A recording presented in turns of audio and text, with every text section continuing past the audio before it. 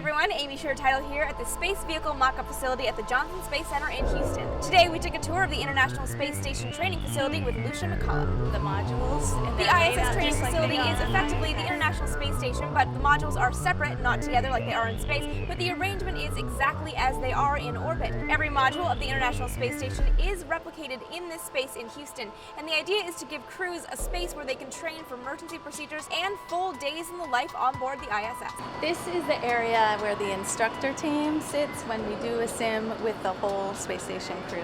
And the instructor team can stay out here so that the crew members that are inside the mock-ups can be viewed by these remote cameras, but we don't have to be right in there next to them. So it feels a little bit more like the space environment in which they're kind of on their own, like they would be on ISS, and then they can practice coordinating with the ground.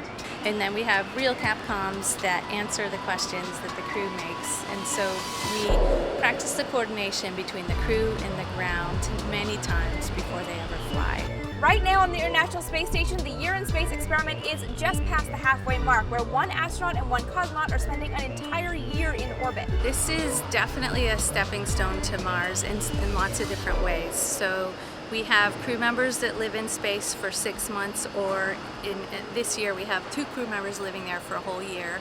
And so you experience what are the challenges of long duration being in space, and then we also get practice building different types of systems, life support systems and computer systems, and seeing what is more robust, what's going to last for the long haul. Some of the things you can have a really good theory and design and philosophy, but when things are in space and you get the experience, you really learn what's going to make it for the long haul and what changes are going to be needed. Right now, the experiments on board the International Space Station are furthering our knowledge of what exactly happens to the human body when it's in space for a long time.